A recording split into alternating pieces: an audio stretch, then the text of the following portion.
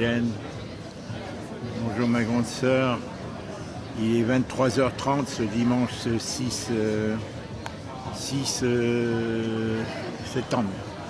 Voilà, je vais te faire une courte vidéo que je t'avais parlé dans mon message précédent, dans le courriel que j'ai dicté à Google, mais comme Google retranscrit mal ce que je dis que tu n'as pas dû comprendre grand-chose. Ça m'énerve. Bon, je parle peut-être trop vite, mais eux, ils retranscrivent mal, si tu vois. Bon, peut-être tu as compris certaines choses.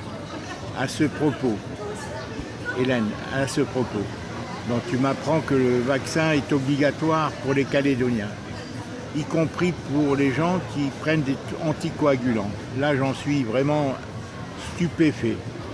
Là, vraiment, j'en suis stupéfait. Et vraiment, je n'arrive pas à imaginer, parce que moi, j'ai des problèmes. J'ai des problèmes de coagulation du sang. Je t'en ai parlé dans mes dernières vidéos. J'arrive pas vraiment à imaginer qu'ils décident une vaccination obligatoire pour la Calédonie. Je sais pas, il y aura certainement une résistance. Est-ce que les gens vont se laisser faire? Ça m'étonnerait, Hélène. Ça m'étonnerait que les gens acceptent. Comment vont-ils s'y prendre? De toute façon, Hélène, en ce qui te concerne, alors si c'est obligatoire, qu'est-ce qu'ils vont faire pour nous obliger à rentrer chez nous de force? C'est pas possible, Hélène. C'est pas pensable, ces choses-là. C'est pas pensable. Moi-même, je suis inquiet pour mes enfants parce que j'ai envoyé à mes enfants des vidéos pour leur dire de faire attention à leurs enfants parce que les directeurs d'école peuvent d'office les vacciner. Tu vois, sans rien respecter l'avis des parents ou autres. Les lois sont ainsi faites. Je leur ai envoyé une vidéo de Sud Radio, là ce matin, où ils parlent justement de ça. Il y a une psychologue, Madame Dupont, et un professeur de philosophie qui est interviewé par Ray Broff, là, où je ne sais pas comment il s'appelle, le journaliste de Sud Radio, et qui parle assez librement, et qui parle d'une manière où ils analysent toutes les implications que ça peut avoir et tous les risques, si tu veux, pour que les parents prennent des bonnes décisions et qu'ils ne fassent pas vacciner leurs enfants et que les autorités ne le fassent pas à leur insu, et voir toutes les implications que ça a dans les relations, dans les couples, et voilà, les dissensions que ça a créées dans les couples par rapport à ce problème.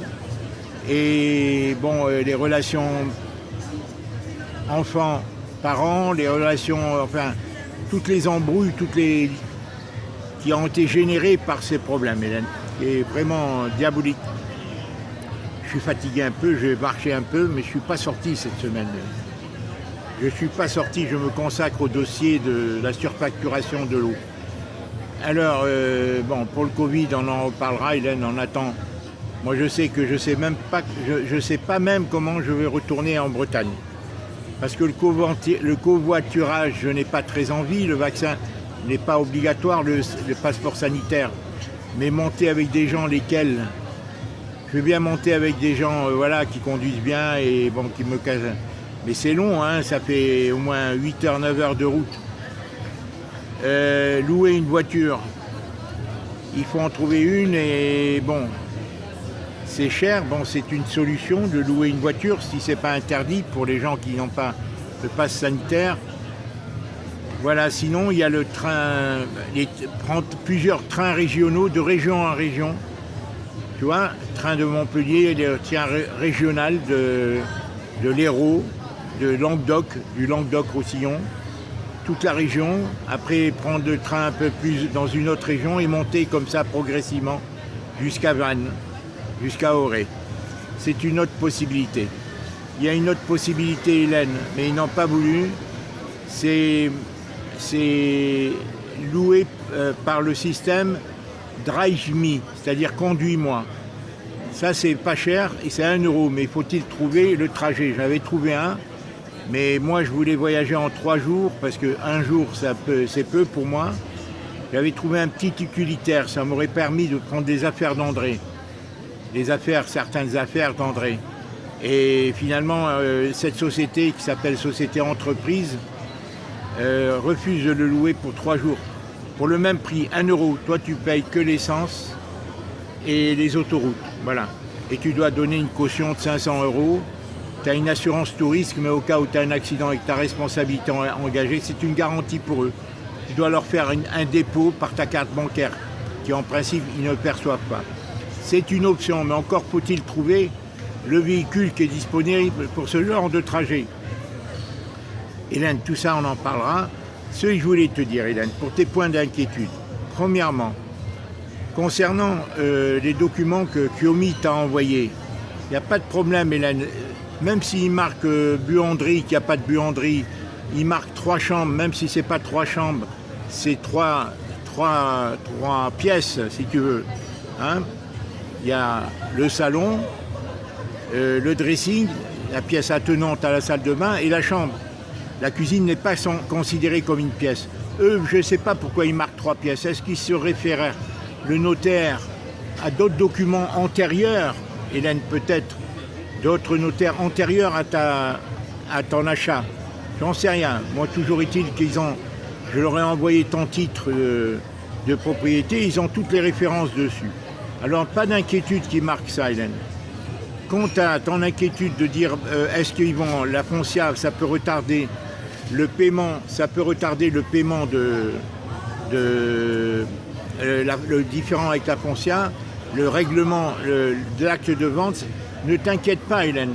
Cet argent sera, si le notaire est obligé de le payer, au dernier moment, si on ne trouve pas d'accord avec la foncière, le notaire sera obligé de l'envoyer, mais sur l'argent d'André, puisqu'il y a presque 10 000 euros disponibles, et sur ces 10 000 euros, comme je t'ai pu te l'expliquer, c'est le notaire, le fisc, et payer cette somme, ça revient à André de payer. Donc ça ne peut pas intervenir, ça ne peut pas retarder la vente de l'appartement. Tu n'as pas d'inquiétude à avoir. D'accord?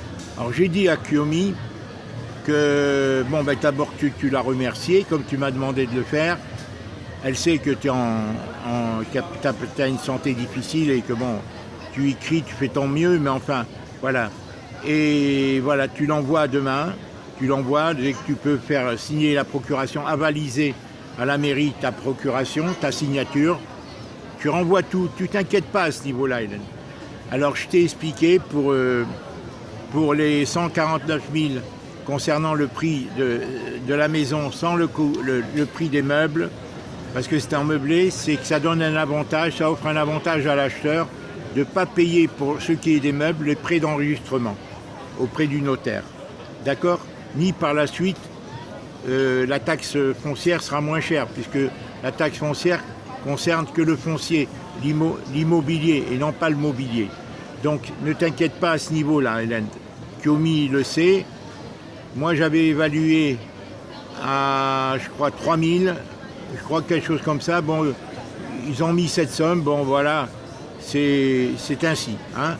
Donc n'aie pas d'inquiétude pour la vente de la maison. Je pense que, là, le propriétaire est parti en vacances 15 jours, mais je pense qu'il a peut-être signé, il a demandé au notaire d'envoyer le compromis de vente. Voilà, le compromis de vente, voilà, qu'ils vont peut-être signer.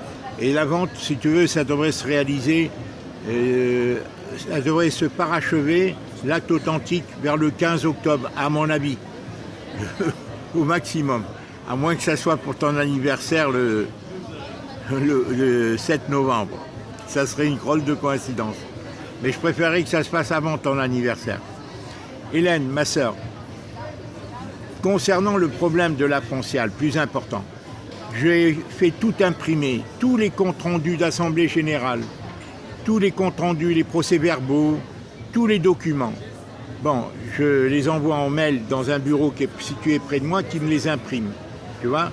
Maintenant, la difficulté pour moi, c'est de trouver la loi.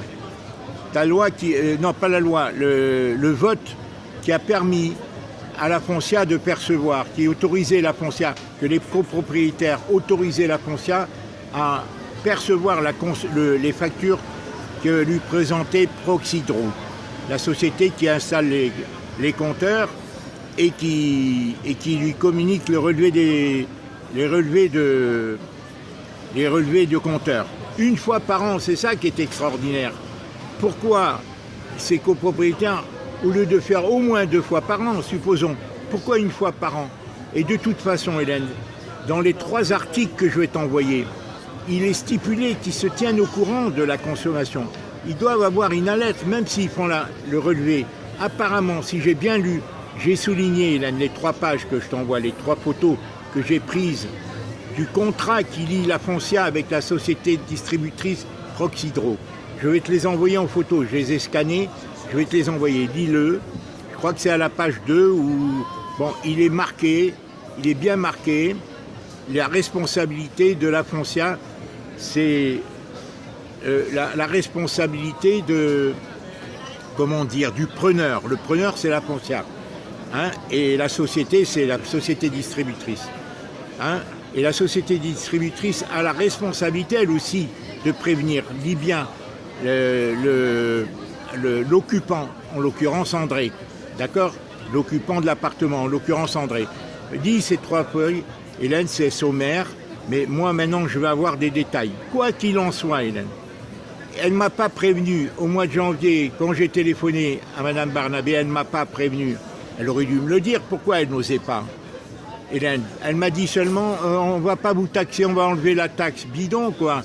Parce que quand tu avais un tout petit retard, Hélène, du fait du décès d'André et tout ça, elle me dit, oh, je veux les 45 € qui taxent les gens qui ont du retard à payer l'appel de provision. Elle m'a dit ça, mais c'était dérisoire. Il aurait mieux valu qu'elle me dise, votre sœur a une enquête, mais elle n'a pas osé en parler. Et c'est seulement au mois de mai qu'ils ont envoyé cette lettre, le 25 mai, quand je suis arrivé, que j'ai trouvé dans la boîte à lettres une lettre datée du 25 mai dernier, dans laquelle il y avait cette somme-là. Et moi, je n'ai pas voulu m'en occuper parce que j'avais déjà très préoccupé Hélène, qui m'angoissait par le problème de la vente de l'appartement. J'avais peur de me faire piéger par les agences qui reportaient au calendrier grec. Si tu savais les pièges que j'ai évités, Hélène. C'est tout, c'est comme ça, c'est comme ça la déontologie de ce métier. C'est des requins, c'est des gens qui veulent t'avoir et après faire de toi ce qu'ils veulent. Comme il a fait Brisset pendant 5 mois, si tu veux. Tu vois? Alors que, et d'autres agences bourse et tout, m'avaient fait la même chose, Hélène. Tous les agents qu'il a fait. C'est pour ça que j'ai vu cet accord avec ce gars au dernier moment. Je t'ai déjà expliqué, Hélène, je voulais pas trop descendre le prix comme tu m'as invité de le faire. Et je voulais le vendre. Et quand j'ai passé au bon prix, maintenant, au bon coin, tout de suite, ça s'est vendu. Le premier qui m'a téléphoné, c'était le bon. Mais depuis, j'en ai une quinzaine. Et tous les jours, j'ai même un gars qui m'a téléphoné des Émirats arabes. Ils le veulent tous.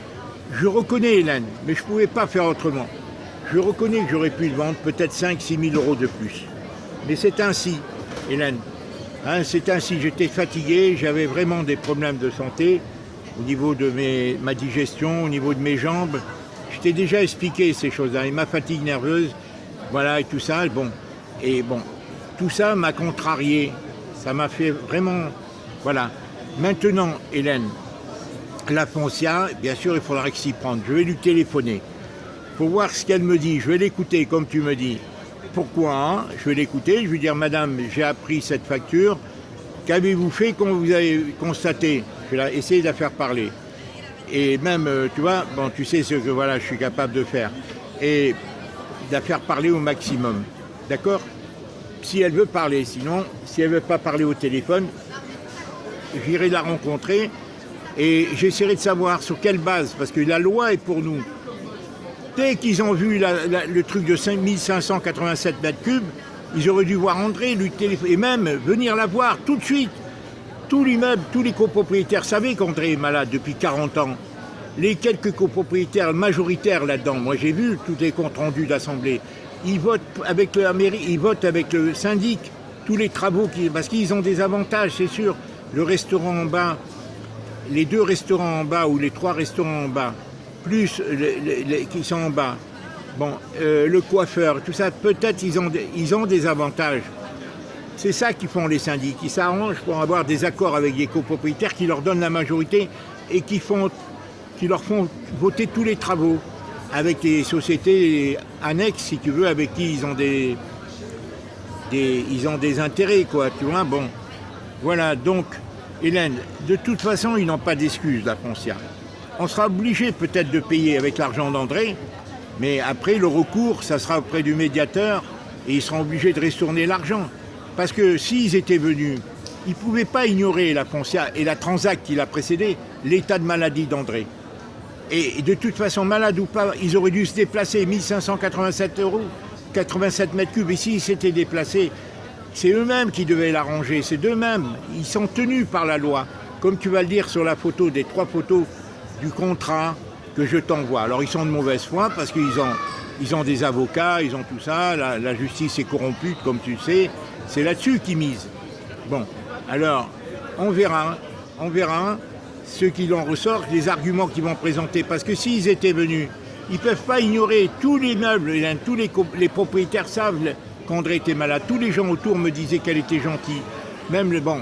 Alors eux, ils la connaissent, André, ils la connaissent, ça fait 40 ans qu'elle habite, ils la voient descendre et tout ça, donc quand ils ont eu cette facture, ils auraient dû dire, mais elle est malade cette fille, elle est malade, les copropriétaires auraient dû dire au syndic, tu vois, et bon, et tout de suite nous aviser, pour pas qu'il y ait les 390 autres mètres cubes entre septembre 2020 et août 2021, comme je viens de faire le relevé, puisqu'une personne seule, en principe, consomme 80 mètres cubes à 100 mètres cubes maximum d'eau par an, et non pas 390 là, ou 1587 mètres cubes, tu vois. Ils le savent, et s'ils étaient venus, ils étaient tenus, André parle dans toutes ces lettres qu'elle a échangées, toi tu en parles Hélène, dans les lettres que tu m'as envoyées, que le médecin, elle dit j'ai un problème de plomberie, j'ai un problème, on ne sait pas quel problème, mais eux dans son état, étant sortis de l'hôpital, ils auraient dû intervenir et envoyer leurs propres plombiers qui font l'entretien de l'immeuble et tout, dire cette femme ne peut pas toute seule résoudre tous les problèmes.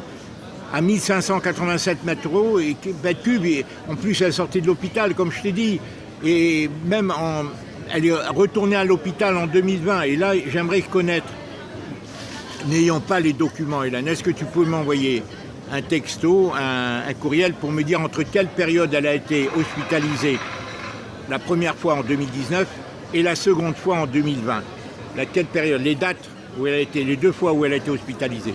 Et encore une fois, si la Foncia s'était déplacée, ou Proxydro, elle devait donner l'alerte à la Foncia.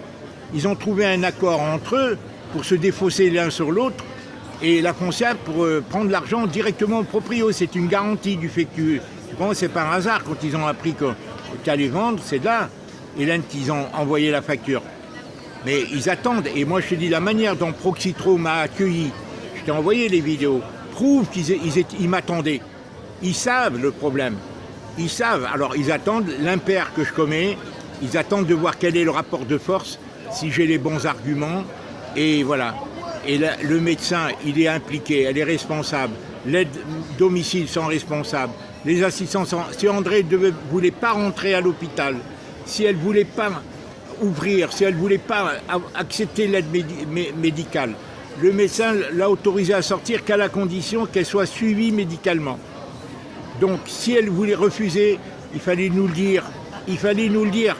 Nous, on se défausse, messieurs, dames, elle ne veut pas aller dans une EHPAD, elle n'ouvre pas la porte, on ne peut pas. Et nous, à ce moment-là, on aurait pris l'initiative de venir, de faire quelque chose pour elle, je serais venu ou autre. Mais ils n'avaient pas le droit de dire, eh ben, elle ne répond pas au téléphone et tout, elle est malade. Et le médecin est responsable, et l'assistante sociale, les 2 assistantes sociales sont responsables, et l'aide à domicile aussi.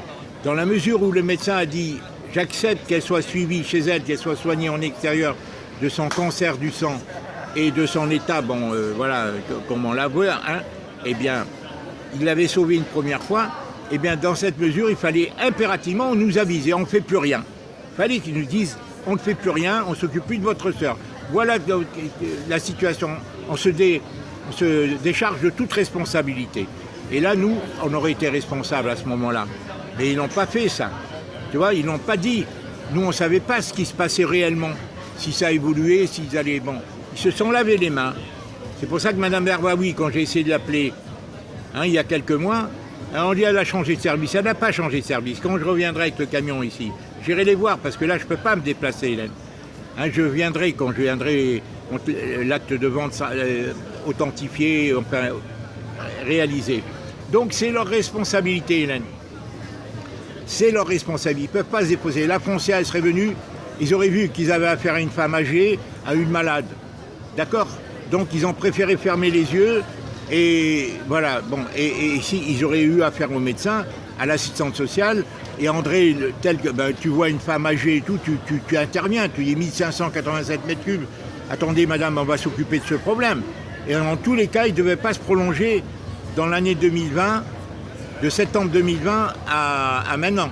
Non, parce que moi, quand je suis arrivé, je suppose que la personne qui a désinfecté l'appartement, et même les pompiers, quand ils sont venus par la fenêtre, ils sont passés pour prendre le corps d'André, Hélène, ils ont vu, s'ils ont entendu la chasse, les pompiers, c'est leur boulot.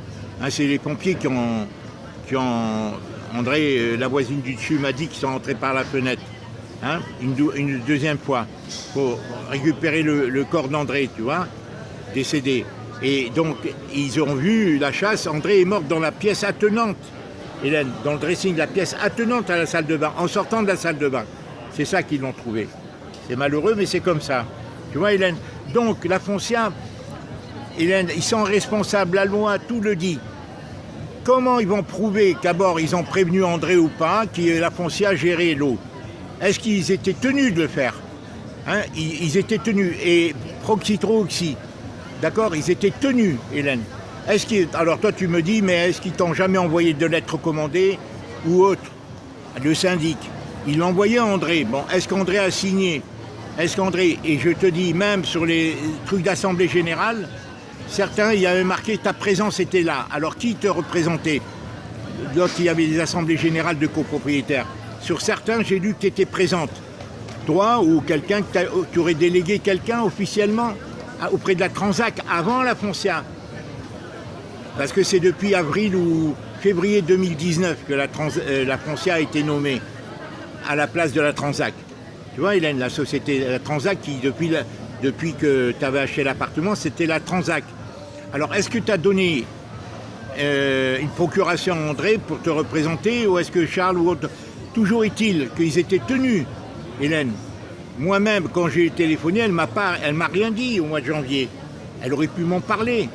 Et là, il ne m'en parle pas. Quand j'ai téléphoné à Bracard, le comptable, il ne m'a pas parlé. On sentait qu'il était gêné. Je lui ai dit, monsieur, comment se fait-il qu'on nous réclame au mois de... Alors, il a dit, monsieur, téléphonez au directeur administratif. Et je ne l'ai pas fait, j'ai donné. Et là, quand j'ai dit à Kiomi me dit, c'est Kiomi qui voulait s'en occuper. Kiomi m'a dit, il lui a répondu qu'il regarde le compteur, regarde l'arrogance. Qu'il regarde le compteur, s'il marque plus, c'est que le compteur fonctionne. Ça veut dire qu'il faut payer. T'as vu comme c'est facile, comme raisonnement. T'as vu mais ils attendent. Alors moi, Madame Barnabé avait dit que la dame qui allait la remplacer pour s'occuper de l'immeuble et à sa place, Madame Barnabé travaillait à la Transac et elle a suivi à la foncière. Après, elle a été embauchée et elle vient de quitter. La dame qui s'occupait de l'immeuble, de la gestion avec les copropriétaires, des assemblées générales et tout, des comptes rendus. C'est Madame Barnabé. Et là, elle est remplacée. Et là, elle m'avait dit dans une lettre que j'ai dans un mail, que la dame prenait son service là, en début septembre. Maintenant, je vais la contacter demain ou après-demain au téléphone, je vais voir ce qu'elle me dit. Voilà, je vais l'écouter, comme tu me dis, pour voir ce qu'ils disent. Voilà. Et c'est à eux à donner la preuve qu'ils ont avisé André. C'était la loi, c'est la loi. Et ça allait de soi, 1587 mètres cubes, Hélène. Plus 390, ça fait environ 3,14 ou 3,20 le mètre cube, ça fait beaucoup d'argent, Hélène. Ça fait beaucoup d'argent, ça fait près de 6 000 euros. Tu vois, c'est immense. Voilà. Et quoi qu'il en soit, ça n'entravera pas la marche de la vente de la maison, Hélène, puisque l'argent est disponible sur le disponible d'André. En principe, qui va payer ça et qui va payer le fisc et le notaire. Voilà, après s'il reste quelque chose, on verra, hein, Hélène. Voilà, Hélène, tout est, voilà, je viens de tout te dire à peu près. Je vais essayer de trouver la forme, je vais essayer de faire tout ce que tu m'as dit, téléphoner, voir ce qu'ils me disent au téléphone. Et si elle ne veut pas parler au téléphone, parce qu'elle a peur de dire des choses qui la compromettent, je lui proposerai d'aller la voir. Et je l'écouterai, comme tu m'as dit. J'écouterai ses arguments, je ne ferai pas valoir les miens, la loi ou autre. Hein, après, je lui parlerai. J'ai tout le dossier que tu m'as envoyé, hein, des échanges qu'il y a eu entre toi et le médecin et Madame Arbaoui et l'aide à domicile. tous les courriers, des réponses des uns et des autres, tout ça je le ferai valoir sur l'état de maladie d'André. Alors voilà, et j'ai demandé au médecin traitant d'André de m'envoyer, elle a fait un truc succinct où elle a dit qu'André n'était pas à même de s'occuper de son quotidien. Elle n'a rien dit d'autre. Elle n'a pas dit qu'André était malade depuis 10 ans. Elle n'a pas dit qu'André, je l'avais dit au téléphone de le dire, qu'elle avait un cancer du sang, qu'elle était hospitalisée à 2 reprises en mois de... Elle n'a pas dit tout ça. Je lui ai dit, elle m'a dit oui au téléphone. Elle m'a dit oui au téléphone, mais elle ne l'a pas écrit. Elle a écrit que ça. Elle est un peu hautaine, tu vois.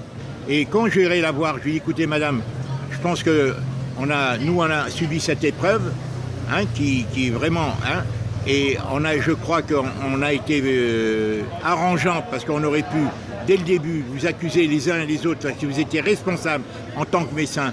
Et quand on voit la gestion du Covid, on n'est pas étonné, hein, Hélène. C'est les médecins, ils ne soignent plus maintenant, ils sont formatés, Hélène, ils s'en foutent des êtres humains. Très peu ont une conscience, Hélène, ils sont tellement pris par le travail. D'ailleurs, le professeur Perron, je t'ai envoyé là, avec Richard Baudry. Le professeur Perron, à un moment donné, il parle de la formation des médecins. Je t'ai envoyé hier, j'ai lu à la télévision, la Une TV, je t'ai envoyé, où il y a le professeur Baudry, il y a Michel Dominique, l'anthropologue, et d'autres qui interviennent. Je l'ai envoyé, à un moment donné, le professeur Perron dit bien que les médecins n'ont plus aucune formation. Ça devient des robots, tu vois, des exécutants. Ils n'ont plus la liberté de prescription, ils n'ont rien. Et ce docteur Bureau en question, c'est exactement l'impression qu'il me fait. Pourtant, ça fait 10 ans qu'André Valge, il aurait pu être plus humain. Moi, je ne l'ai pas responsabilisé. Mais elle se lave les mains, tu vois, elle me dit, bon, qu'est-ce que vous attendez de moi? Tu sais, elle renverse les rôles. Alors, c'est nous qui aurions pu les accuser. On ne l'a pas fait, pour différentes raisons, mais ils ne pensent pas qu'ils sont responsables. D'accord? Parce qu'André, si elle décédait d'un coup, son corps devait être retrouvé dès le lendemain, ou le surlendemain. Il ne devait pas laisser André plus de 2 jours sans venir la voir, même si elle n'ouvrait pas la porte. Il devait s'en assurer, par un biais ou par un autre. C'est tout, ils étaient responsables. Nous, elle ne nous décrochait pas le téléphone. Mais eux, c'est eux les médecins, c'est eux les assistants. Nous, on n'est pas sur place. Nous, on croit qu'ils s'en occupent, qu'ils ont pris les dispositions en disant, bon, elle est malade, ou on la met dans une EHPAD, ou on dit à la famille, on ne veut plus s'en occuper, on ne peut plus. Voilà. Et à ce moment-là, nous, on aurait pris nos dispositions. Elle serait venue à Auray, ou j'en sais rien, on aurait trouvé. André serait venu. Moi, je l'aurais convaincu. Elle n'était plus à même d'être seule. Voilà. Alors, tout ceci pour dire que c'est très dur à avaler. Moi, je le vis tous les jours. Moi, André me manque. Je dis la vérité, honnêtement, André, même si j'ai vécu des problèmes, bon, depuis que j'ai eu des enfants et tout, moi, je n'en veux pas, parce que je sais qu'elle n'avait pas le choix, elle avait peur. Elle était femme seule, etc., etc. D'accord? Hein, moi, j'aimais bien communiquer avec elle. Je parlais pendant des heures au téléphone avec elle, Hélène. Et vraiment, elle était intéressante. Et la voisine, la coiffeuse, elle m'a dit vraiment, votre sœur était très gentille. Les 2 coiffeuses, c'était un salon de coiffure vraiment relevé, hein, chez qui elle allait. Elle avait sa côté coquet, hein, André. Elle était féminine, elle était propre sur elle-même. Après, elle s'est laissée aller à la fin parce qu'elle était seule, elle n'en pouvait plus, elle déprimait. Et elle est bourrée de médicaments. J'ai un sac, Hélène, plein de médicaments. Je vais les ramener avec moi. Un sac, Hélène, soufflé de Carrefour, qui est plein de médicaments jusqu'en hauteur. Elles lui l'ont bourré. André écrivait dessus tous les médicaments qu'elle prenait tous les soirs. Elle prenait des notes surtout. Tu vois, vraiment. Elle devait plus être seule. C'est tout, Hélène. Et moi, je te dis, là, à ce moment-là, bon, c'est Charles et Jacqueline qui auraient pu faire le nécessaire. Ni toi, ni moi. Moi, je pouvais prendre la décision de la faire venir à Auray. Je ne pouvais pas aller plus loin parce que, comme tu m'aidais et tout ça, bon, elle avait des... Voilà, elle avait un peu... Elle était un peu... En plus, Émile devait lui monter la tête. Et tout ça, parce qu'elle s'inquiétait tout le temps. Comment tu t'en sors? Qu'est-ce que tu travailles? Tu vois, elle me disait des choses que je te disais à l'époque. Voilà, Hélène. Bon, maintenant, la Foncia, je t'en ai parlé. Je vais faire de mon mieux. Voilà, je vais faire de mon mieux et on verra. Ils sont de mauvaise foi, bien entendu. Ils vont d'abord dire, mais non, il faut payer et tout. Ils vont monter sur leur chapeau de roue.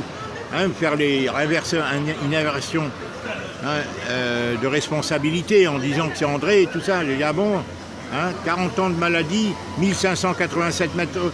Montrez-moi la loi qui vous autorisait à ne pas prévenir. Vous avez pris sur vous que Proxydro, la société distributrice, se défausse sur vous. Elle avait pour tâche de vous prévenir dès qu'elle a vu. Elle doit suivre le compteur. En plus, ils avaient fait voter. Alors, tu verras sur les trucs. Je ne sais pas s'ils ont fait un truc essentiel ou premium, le contrat. Alors, premium ou essentiel. Tu verras sur les photos que je t'envoie du contrat. Hein. Alors, il y a marqué, essentiel, c'est sans radio. L'autre premium, ça doit être avec radio. Eux, ils ont fait une croix sur les deux. Parce qu'ils avaient fait voter, depuis 2018, l'installation par Proxydro de compteurs radio. C'est-à-dire qu'ils leur permettaient sans rentrer dans l'appartement. Mais ils ne l'ont pas installé. Le vote a été fait, tu regarderas, mais pas installé pour l'instant. Voilà. D'accord? Mais quoi qu'il en soit, eux le savent, Hélène. Eux, s'il y avait eu... c'était à eux de prendre la responsabilité et ne pas faire un contrôle une fois tous les ans, mais au moins tous les 6 mois. Parce que sinon, au moins on aurait limité les dégâts. Et dans tous les cas, quand ils ont constaté 1587 mètres cubes entre septembre 2019 et août 2020, ça devait s'arrêter là. Ils devaient résoudre le problème eux-mêmes. Ils auraient découvert qu'André, ça fait 40 ans qu'elle vit qu'elle est malade. Je m'excuse de te répéter. Hein, ils ne peuvent pas faire la politique de l'autruche. Tous les copropriétaires qui ont voté cette loi, qui autorisaient le syndic, sont responsables.